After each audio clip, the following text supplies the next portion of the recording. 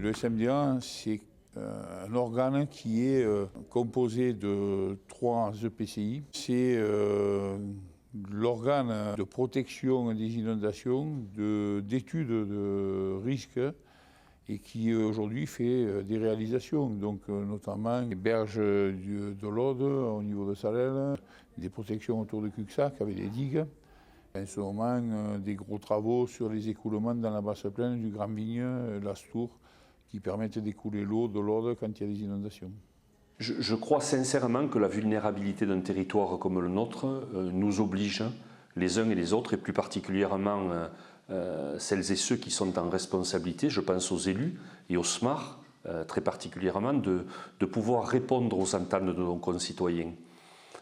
Ces attentes, elles sont légitimes dans un contexte où le dérèglement climatique nous amène régulièrement des précipitations de plus en plus fortes, à des intervalles de plus en plus réguliers. Et ce changement climatique, j'oserais dire même ce bouleversement climatique, nous impose de faire des choix. Ces choix, c'est de pouvoir protéger des populations, de pouvoir faire en sorte que notre territoire devienne moins vulnérable au travers d'engagements forts, au travers d'engagements pertinents. À partir du moment où sur un territoire il y a des REC, ces fameux ruisseaux qui se transforment en torrents, ces fameuses vagues qui arrivent et qui submergent à la fois les habitations, à la fois les entreprises et qui occasionnent des pertes de vie et des pertes de biens, il faut prendre la mesure de tout cela et préparer et se protéger contre ces risques. Alors dans mon métier d'agriculteur, je le vois tous les jours. On a un changement climatique, il est là. Donc on a des pluviométries qui ne sont pas régulières. À l'époque, on avait souvent des inondations à l'automne. Aujourd'hui, on a des automnes qui sont très doux, pas pluvieux, des hivers qui sont doux, sans pluie. On a des printemps humides et froids. On a des étés qui sont torrides. On a une mer qui se réchauffe. On a des conditions climatiques complètement évoluées depuis 25-30 ans. La difficulté lorsqu'on évoque le risque inondation, c'est de pouvoir trouver des solutions sur des territoires en particulier. Sur le territoire concerné, celui du REC de Verret, il y a une solution. Il y a une solution qui va permettre la protection et la réduction de vulnérabilité. C'est à la fois une opportunité mais une chance pour le territoire. Tous les territoires ne peuvent pas être protégés. Il y a quelques mois, nous avons eu la chance d'aller visiter une ville dans le Gard où nous avons rencontré des habitants qui avaient été touchés par des inondations meurtrières.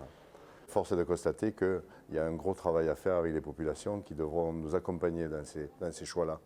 Le REC de Verret, c'est un ruisseau qui traverse la commune de Narbonne et qui est aujourd'hui très tranquille, mais demain, sur une grosse pluviométrie, un cumul de pluie de 300-400 mm, peut très vite se charger et peut donner d'énormes dégâts. Le syndicat mixte du littoral de l'Aude a travaillé sur le REC de Verret et le REC de l'Astinos. 8500 personnes peuvent être victimes de crues liées à ces phénomènes météorologiques. Demain, nous devons accompagner ces populations dans leur protection. Ce projet, en fait, se décline en 4 ouvrages qui sont totalement distincts et pourtant indissociables les uns des autres et qui vont permettre, en cas de forte pluie, de pouvoir diminuer considérablement l'inondabilité de tout un secteur et permettre ainsi à la fois de protéger des vies humaines, bien sûr, mais de protéger aussi des entreprises et des habitations. Ce n'est pas un projet qui arrive de nulle part, c'est un projet qui a été mûrement réfléchi par des bureaux d'études et qui aujourd'hui est la seule réponse opérationnelle pour un territoire vulnérable qui permet, nous l'avons dit à plusieurs reprises, de préserver la vie de plusieurs milliers de Narbonnais. Sans ces 4 projets, c'est pas possible. On ne protégera pas comme on veut la commune de Narbonne et la commune de Moredon. C'est impossible, c'est indissociable.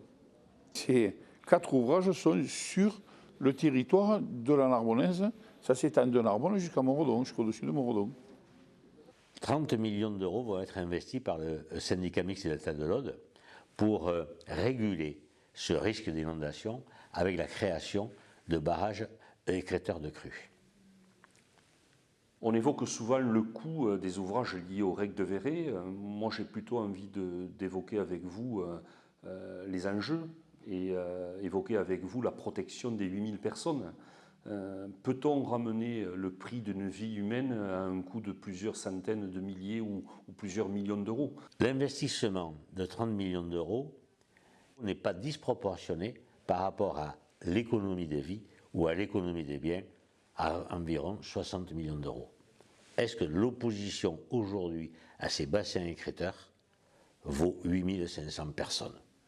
Aujourd'hui, on a l'opportunité de pouvoir faire quelque chose qui est financé quand même à 80%. Et je pense qu'il ne faut pas passer à côté. Voilà. C'est important pour la commune de Narbonne, c'est aussi important pour la commune de Morodon, pour ces entreprises. Je pense qu'aujourd'hui, on ne peut pas se priver de cet outil et surtout de ce financement. Chaque fois qu'il y a des problématiques liées aux inondations, c'est forcément une solidarité qui doit se mettre en place d'amont en aval et entre communes. On ne peut pas imaginer régler ces problèmes-là au quotidien sans que chacune des communes et chacun des territoires puisse participer donc à cette solidarité de bassin versant. Je crois sincèrement qu'il faut remettre les choses en perspective. Le climat change et la vulnérabilité d'un territoire s'accentue. Notre responsabilité, elle est d'anticiper, elle est de faire en sorte de pouvoir, au travers des études qui nous sont proposées, de trouver des solutions en ayant toujours à l'esprit la protection des populations.